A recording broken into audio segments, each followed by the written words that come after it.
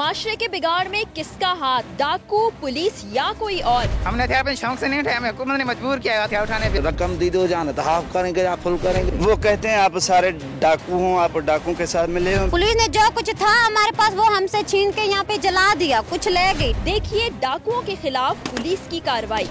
डाकुओं के काफी ठिकाने हमने तबाह किए हैं, कुछ लोग पकड़े भी हैं। खौफ डर तो नहीं आता होगा आपको? जब कफन पाया है तो कौन सा डर करेंगे हम। इनके पास इतना असला आता कहाँ से है? ये आप देखें कि फायरिंग की आवाज आ रही है।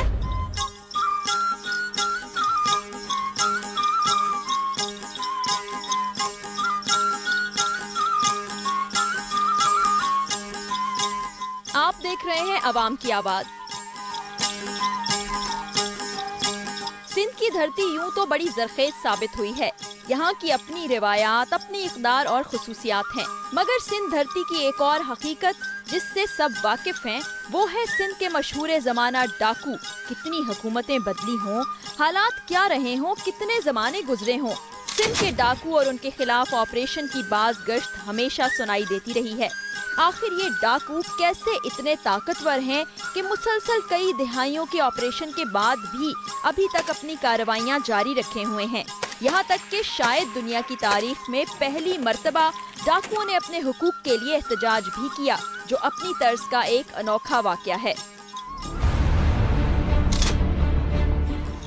टीम अवाम की आवाज ने सिंध में जारी ऑपरेशन पर जाने का फैसला किया, जो सिंध पुलिस की जानिब से डाकुओं के खिलाफ जारी है।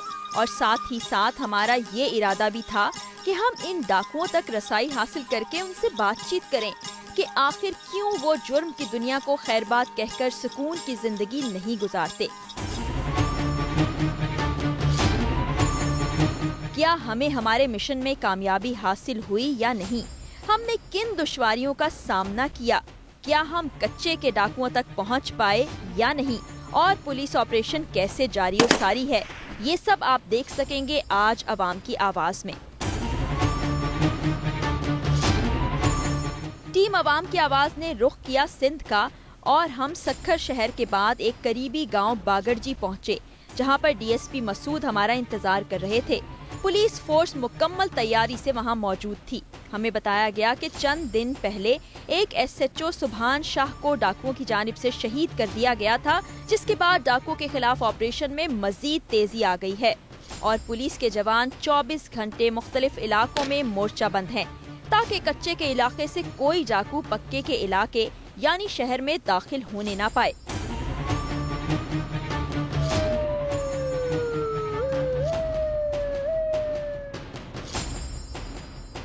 हमने अपना सफर सक्खर से 10 किलोमीटर दूर बागड़जी तक किया, लेकिन अभी हमारा सफर खत्म नहीं हुआ था। हमने मजीद 5 किलोमीटर आगे कच्चे के इलाके की जानिब सफर तय किया, जहां डाकुओं के खिलाफ ऑपरेशन जारी है। इस वक्त हम लोग कच्चे के इलाके में पहुंच चुके हैं। यहाँ पर डकैतों के खिलाफ ऑपरेशन जारी है। आप देख सकते हैं कि बख्तरबंद में हम यहाँ पहुंचे हैं, क्योंकि उस तरह से आना खतरे से खाली नहीं है। और वो गाड़ियाँ आप देख सकते हैं पुलिस की इस वक्त हैं। ऑलरेडी यहाँ पुलिस के जवान भी मौजूद है।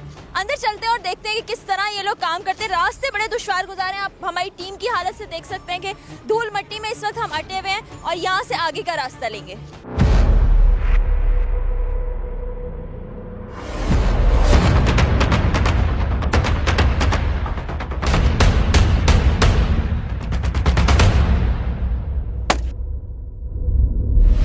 कच्चे का इलाका है। इस हमारे इलाके को डिस्ट्रिक्ट खैरपुर और डिस्ट्रिक्ट शिकारपुर टच करता है, दरिया सिंध भी टच करता है।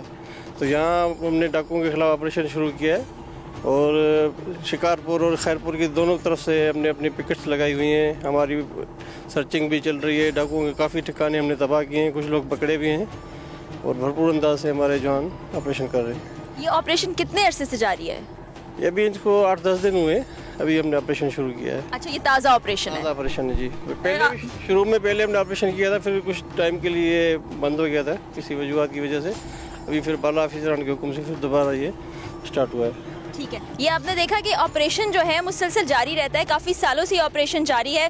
जब भी डकैत जोर पकड़ते हैं दोबारा से ऑपरेशन शुरू किया जाता है। 10 से 12 दिन हुए ये ऑपरेशन दोबारा शुरू किया गया। इस वक्त हम कवरेज के लिए यहाँ पहुँचे हैं। यहाँ से हम अब आगे बढ़ेंगे क्योंकि आप देख सकते हैं ये जंगल का इलाका है और इसके पीछे ठिकाने भी बनाए हुए होते हैं उन्होंने, और जंगल में इनको आसानी होती है छुपने में। जब पुलिस आती है क्रॉस फायरिंग भी ये करते हैं और निशाना भी बनाते हैं पुलिस के एहलकारों को। भी कुछ दिन ही पुरानी बात है कि SHO को भी मार दिया था उन्होंने, एक SHO भी शहीद हुए थे। इलाके का SHO था हमारा सुभान शाह नाम था, वो शहीद हो गया। कैसे क्रॉस फायरिंग हुई थी, पुलिस मुकाबला था या वैसे मार दिया था उन्होंने? SHO को इत्तला मिली कि डाकू कुछ कच्चे के इलाके से पक्के की तरफ जा रहे थे, तो SHO वहाँ पहुँचा है, वहाँ फिर फायरिंग हुई, मुकाबला हुआ, SHO शहीद हो गया। ठीक है, तो तब से ऑपरेशन में ज़्यादा तेज़ी भी आ गई है। इस तरह सिर्फ एक शहीद नहीं है ये SHO, इससे पहले भी बहुत से पुलिस एहलकार जो डकैतों के खिलाफ कार्रवाइयाँ करते रहे हैं, उनको पकड़ते हैं, उनकी जानिब से फिर बदले के तौर पर गोलियों का निशाना बनाया जाता है, अंधाधुंध फायरिंग कर दी जाती है। आगे चलते हैं और देखते हैं कि ये कार्रवाई किस तरह से होती है। आ जाए। हम बख्तरबंद गाड़ी में सवार हुए और इंतहाई दुश्वार गुजार रास्ते को तय करते हुए मुतल्लिका इलाके की जानिब बढ़ने लगे। ये सुनसान और वीरान इलाका बिल्कुल बयाबान था, चारों तरफ धूल मट्टी के सिवा कुछ नहीं था। ये आप देखेंगे इस वक्त हम कच्चे के इलाके की जानिब बढ़ रहे हैं। जो बख्तरबंद दूसरी थी उसको हमने वहीं छोड़ा और इस बख्तरबंद पे आगे का रास्ता ले रहे हैं क्योंकि ज्यादा खतरा है और इस इलाके में वो गाड़ी नहीं चल सकती। जब हम वहाँ पहुँचे तो हमने देखा कि पुलिस एहलकार अपनी पोजीशन संभाले हुए हैं। हम उनसे बातचीत करना चाहते थे कि किस तरह वो अपने फराइज सरअंजाम दे रहे हैं, क्योंकि शहरी आबादी से ये इलाका काफी दूर था और खास बख्तरबंद गाड़ियों के बगैर यहाँ आना नामुमकिन। रात के औकात में तो ये मजीद खतरनाक हो जाता। फिर यहाँ खाने पीने की तरसील कैसे मुमकिन होती होगी और ये एहलकार कैसे इन मुश्किलात का सामना करते हैं।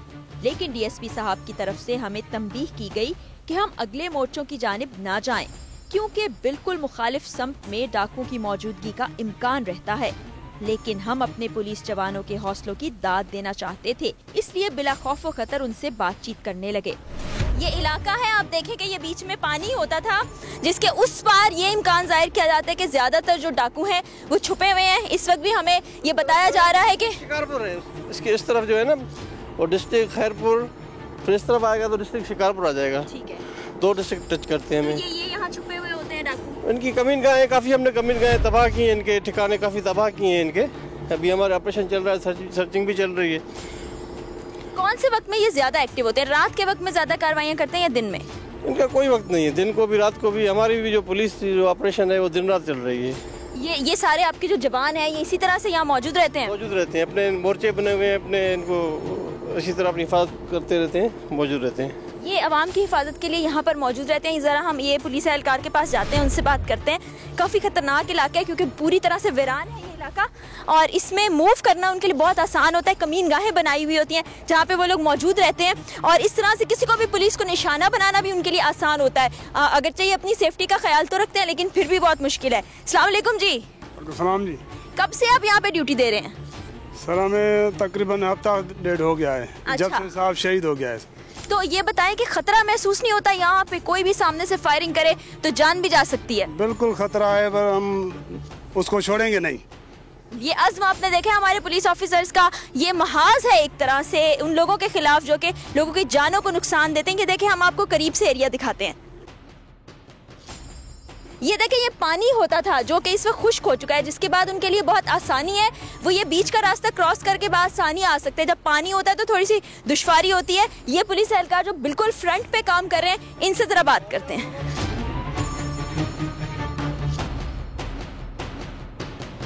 इनकी शर्ट पे आप देख सकते हैं लिखा हुआ है नो फियर। नो फियर का मतलब है कि कोई खौफ नहीं आता। तो खौफ तो आता ही नहीं होगा फिर आपको? बिल्कुल नहीं आता है। यहाँ पर कभी ऐसा होता है कि आप ड्यूटी दे रहे हैं और सामने से क्रॉस फायरिंग हो रही हो?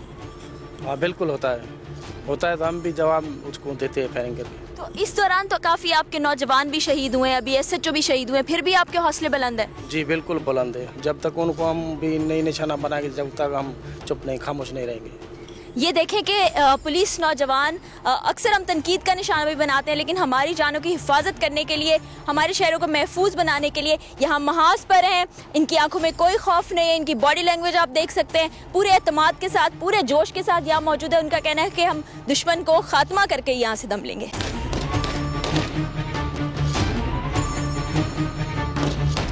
इस वक्त आप देखेंगे पूरी जगह पर आपको पुलिस के एहलकार नजर आएंगे, स्पेशल फोर्सेस भी हैं और आसान नहीं है। हर वक्त ये जो बुलेट प्रूफ जैकेट पहनी हुई है ये भी काफ़ी वजनी होती है, तो अपने पूरे हथियारों के साथ पूरी तरह लैस होकर यहाँ पर मौजूद है। अस्सलाम वालेकुम जी। वालेकुम। क्या नाम है आपका? बशीर अहमद मलिक। बशीर साहब, खौफ डर तो नहीं आता होगा आपको? जब कफन पाया है तो कौन सा डर करेंगे हम।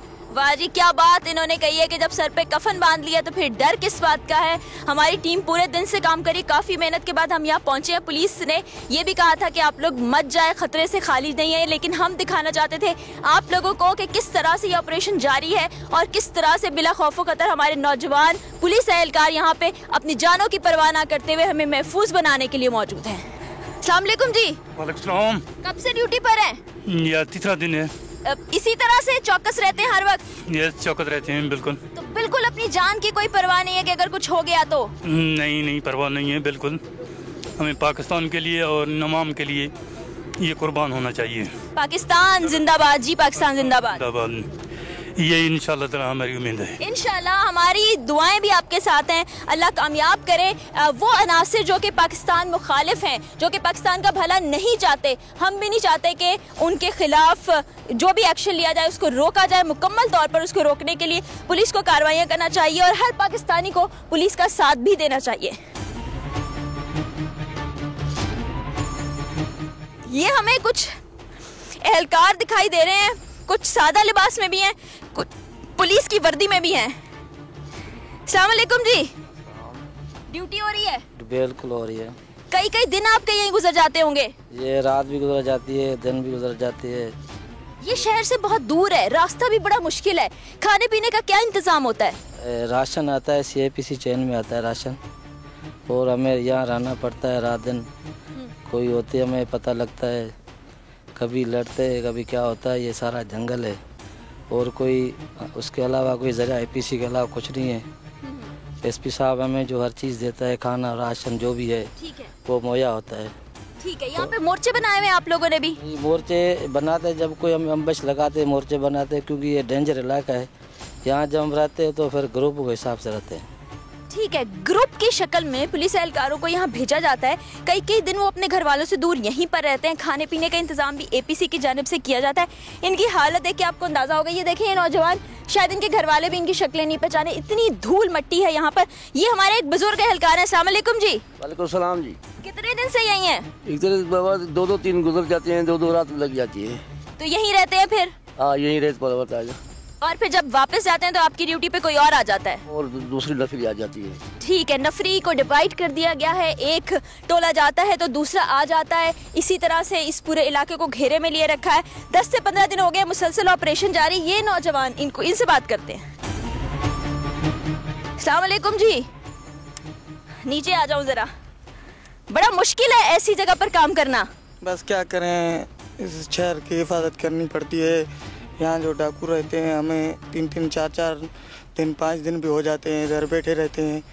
हमारे ऑफिसर जो है वो ताउन करते हैं। सोते भी यही हैं? बस मजबूरी है, सोना पड़ता है इधर काम। ये जो गाड़ियाँ हैं, जो बख्तरबंद गाड़ियाँ हैं जो थोड़े फासले पे मौजूद है, यहीं रहती हैं? जी, यहीं रहती हैं। यानी कि पूरी फोर्स डिप्लॉयड है एक तरह से। गाड़ियाँ भी हैं, नफरी भी है, रिसोर्सेज भी लगा दिए गए हैं। क्या लगता है डाकुओं को शिकस्त दे देंगे? जी इंशाल्लाह। कभी ऐसे फायरिंग होती है तो फिर क्या करते हैं? मुकाबला करते हैं जी। भागते नहीं है? क्यों भागेंगे? इतनी जोश जज्बा हिम्मत है? क्यों नहीं है, वतन के लिए लड़ेंगे। वतन के लिए लड़ेंगे, जाने दी भी हैं, जाने देते भी हैं, हौसले बुलंद हैं। यहाँ देख के हमें बड़ी खुशी का एहसास हो रहा है कि हमारी फोर्सेस कितनी तुंदही से काम कर रही हैं। अच्छा DSP साहब, बड़ा मुश्किल होता होगा। अभी हम भी मौजूद हैं, आप हमें मना कर रहे थे कि मत आएं, किसी भी वक्त फायरिंग का सिलसिला हो जाएगा। ये जवान तो दिन रात 24 घंटे यहीं रहते हैं। तकरीबन दिन में 2-3 बार से आमना सामना होता है। हम भी फायरिंग करते हैं इनके ऊपर, तो वो छुप जाते हैं, भाग जाते हैं, हमको काफ़ी पीछे। इनके पास इतना असला आता कहाँ से है? ये आप देखें कि फायरिंग की आवाज आ रही है और ये सामने से क्रॉस फायरिंग हो रही है। ये फायरिंग है। अब हमारे पास चारा नहीं है कि इसके सिवाय कि हम यहाँ छुप जाएं, लेकिन हमारे नौजवान यहाँ पे मौजूद हैं। जी बस आते ये अब हम यहाँ से जल्दी नीचे आए, जल्दी। जिशान भाई आप नीचे आ जाए, मैं नीचे जा रही हूँ।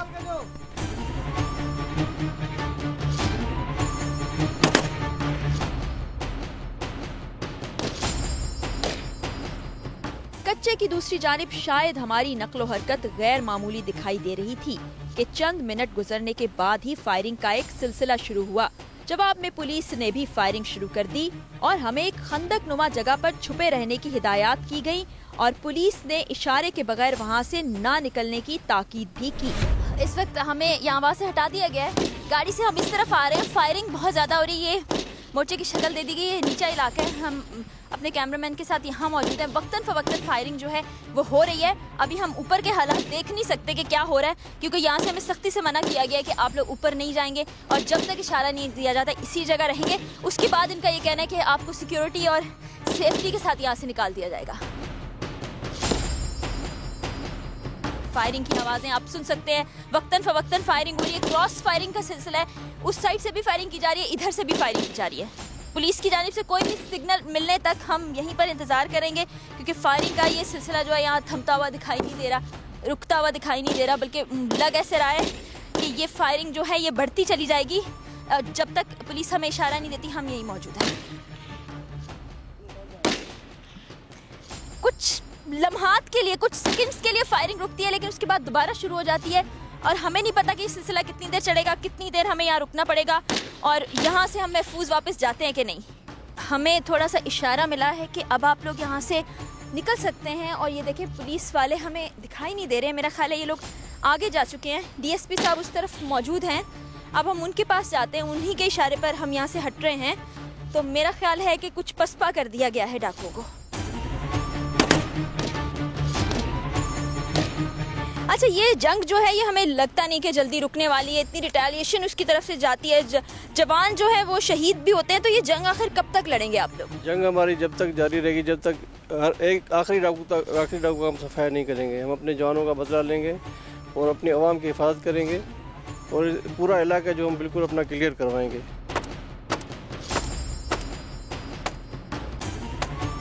कुछ वक्फे के बाद फायरिंग का सिलसिला रुका और हमें यहाँ से निकलने को कहा गया और बताया गया कि पुलिस के बहुत से जवान इन डाकुओं के पीछे जा चुके हैं। इसके बाद हम वापस सक्खर शहर आ गए। यहाँ से अब हम वापस जा रहे हैं, लेकिन पुलिस को ऑपरेशन जारी है और जारी रहेगा उस वक्त तक जब कि डाकुओं का यहाँ से खात्मा नहीं हो जाता। हम पुलिस वालों की अज़्म और हिम्मत को सलाम पेश करते हैं और हमारी दुआएं इनके साथ है। पाकिस्तान जिंदाबाद।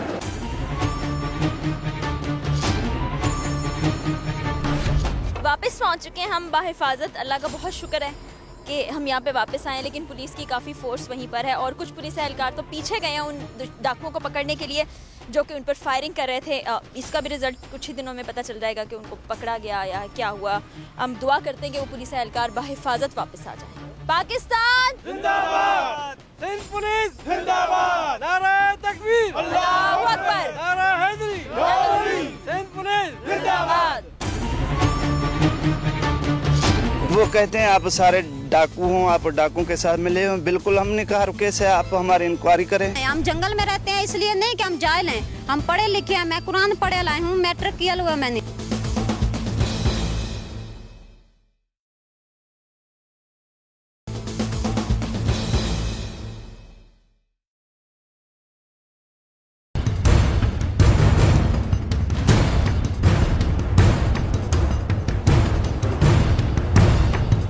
टीम अवाम की आवाज ने मजीद चंद दिन सक्खर शहर में रहने का फैसला किया, क्योंकि अभी हमारा मिशन बाकी था और बहुत से ऐसे सवालात जिनके जवाब हमें हासिल करना थे कि आखिर वो मकामी अफराद जो कच्चे के इलाके में रिहाइश पजीर हैं, वो इन हालात में कैसे गुजारा करते हैं, उनके खानदानों के लिए जिंदगी कैसी है।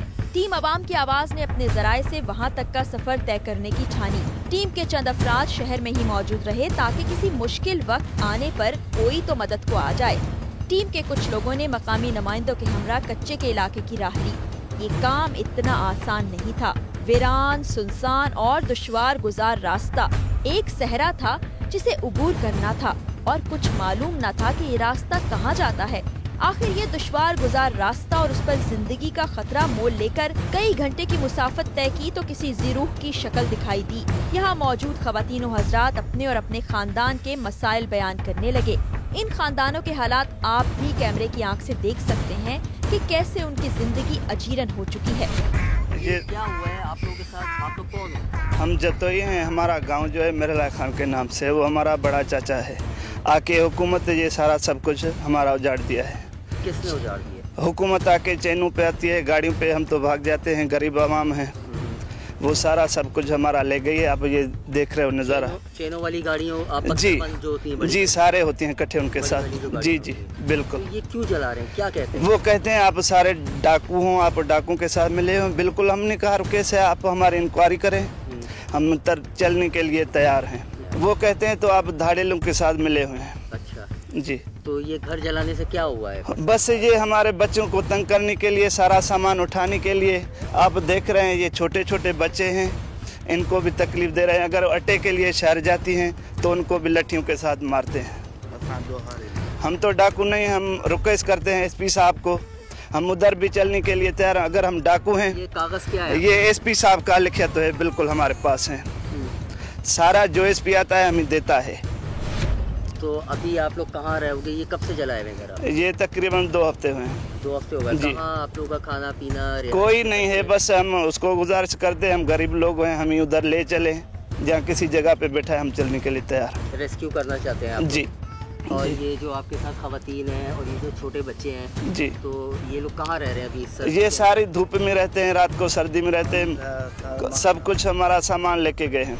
2 लेडीज लेके गए हैं, उनको कह रहे हैं तो अपनी चर्च का जो है ना आप चलाती है, उनको भी चालान कर दिया है 2-2 किलो पे। 2 लेडीज लेके गए? जी जी जी।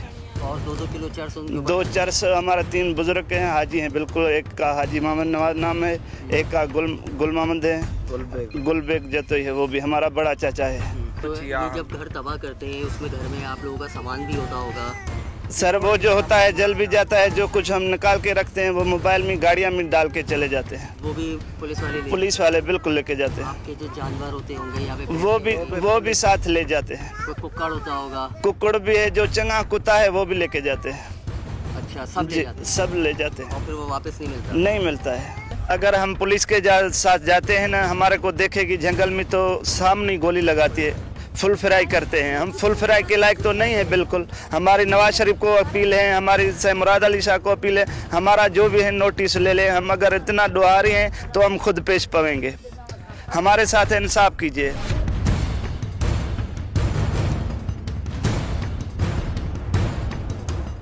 लेटर, बिल्कुल लेटर हमारे पास एसपी साहब का लेटर है।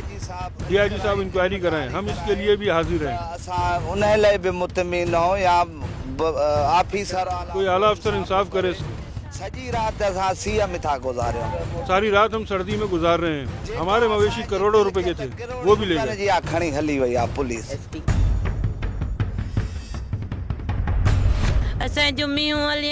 वो लोग हमारी भैंस लेकर गए और अब जाहिर नहीं कर रहे। मेरा बूढ़ा बाप 80 साल का है, उन्हें भी वो अपने साथ लेकर गए हैं। हम गरीब कहाँ जाएं? हमारा सामान भी जला दिया और हमारे छोटे बच्चों को भी बहुत मारा। के आप यहाँ पर इंटीरियर सिंध के कच्चे के इलाके में आप रह रही हो और इतनी साफ उर्दू आप कैसे बोल रही हो?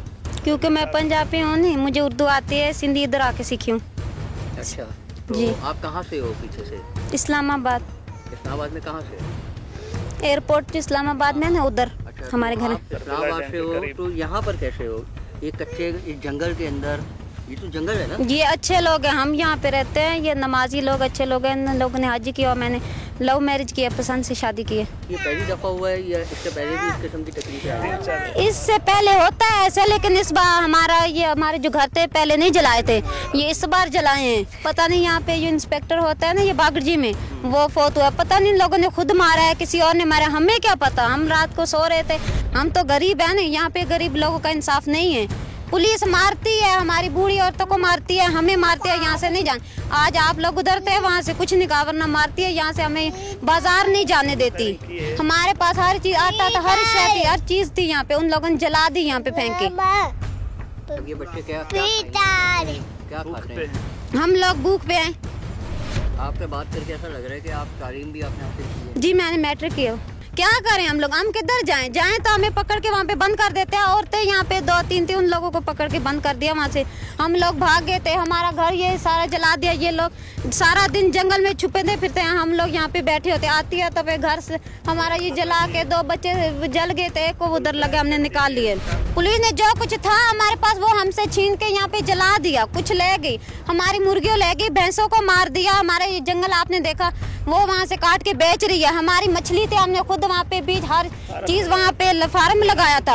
हम गरीब मेहनत करके कमाते थे, भैंसों का ये दूध बेचते थे। हमारी भैंसें भी ले गई। हम इनका कहने का मतलब हम जायल ही रहे हैं। हम जंगल में रहते हैं इसलिए नहीं कि हम जायल हैं, हम पढ़े लिखे हैं। मैं कुरान पढ़े लाई हूँ, मैट्रिक किया हुआ मैंने। इनको पढ़ाती हूँ बच्चों को, ये स्कूल जाके पढ़ते हैं, कायदा पढ़ाती हूँ। लेकिन अब पुलिस नहीं जाने दे रही, इनको स्कूल नहीं पढ़ने दे रही। क्या वो आप अगर जंगल में रहते हो तो आपको जल्दी वो लोग जंगली समझते हैं ना, वो कहते हैं अनपढ़ रहो, पढ़ो नहीं। बच्चे जाते हैं, इनको क्यों नहीं जाने दे रही? ये बच्चे तो पढ़े नहीं, ये क्यों नहीं पढ़े?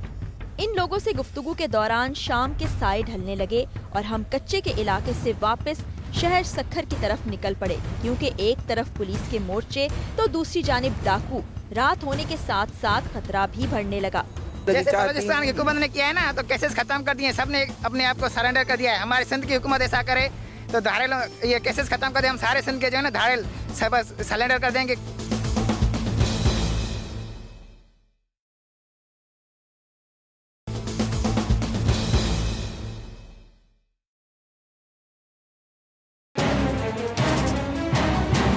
हुकूमत बाहर आने नहीं दे रहे, हम जंगलों में रह रहे हैं। हमने अपने शौक से नहीं उठाया, हमें हुकूमत ने मजबूर किया हथियार उठाने पे। रकम दी दो जाना तो आप करेंगे या फुल करेंगे, ये क्या आप बोल रहे हैं?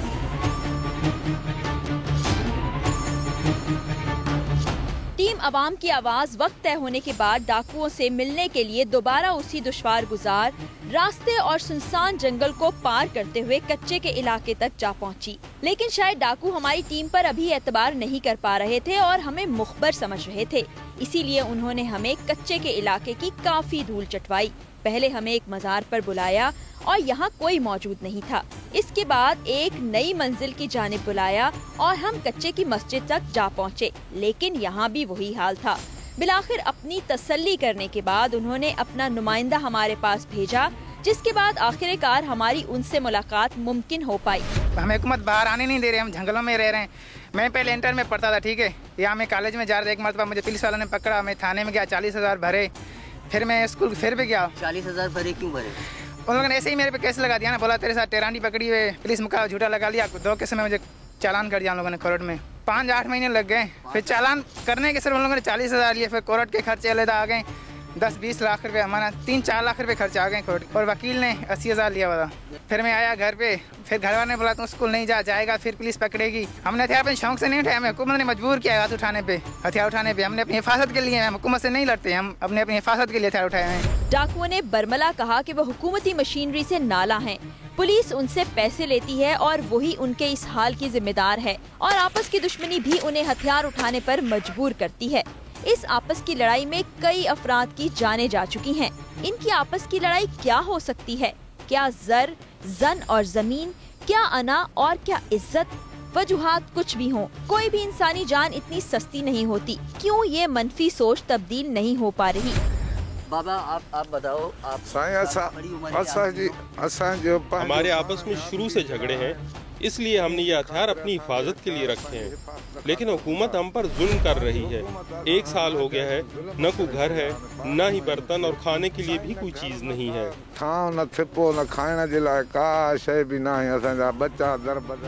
हमारी फैमिली दर बदर है, न हुकूमत घर बनाने दे रही है और न ही इसमें रहने दे रहे हैं। जो गुनाहगार और चोर हैं, हुकूमत उनसे खुश है, मगर हम पर सख्ती की जा रही है। हुकूमत हमारे मवेशी भी मार देती है, जो खाने पीने की चीज़ें हैं वो भी ले जाते हैं।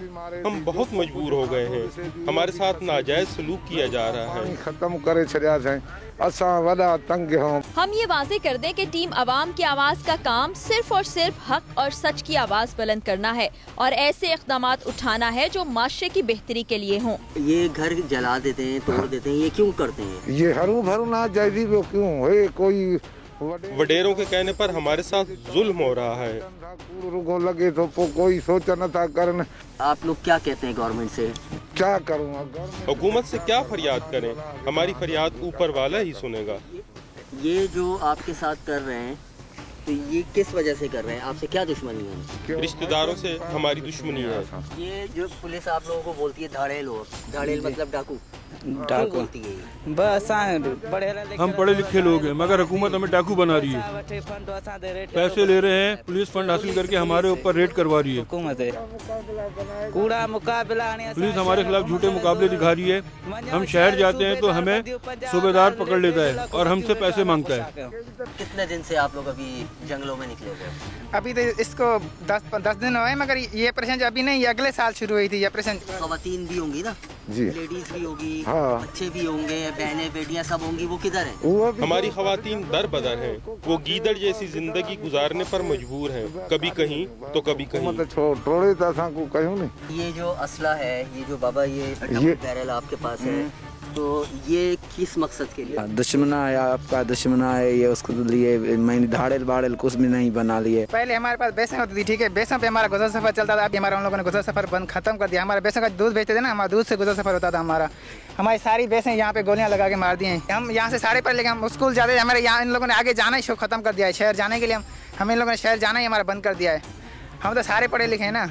मेरे ऊपर जो है ना उन लोगों ने 20 केस डाले हैं, ठीक है, मेरी उम्र है 19 साल। तो 19 साल में मैंने इतने केस कहाँ से लाए? मैंने क्या किया था इतनी उम्र में?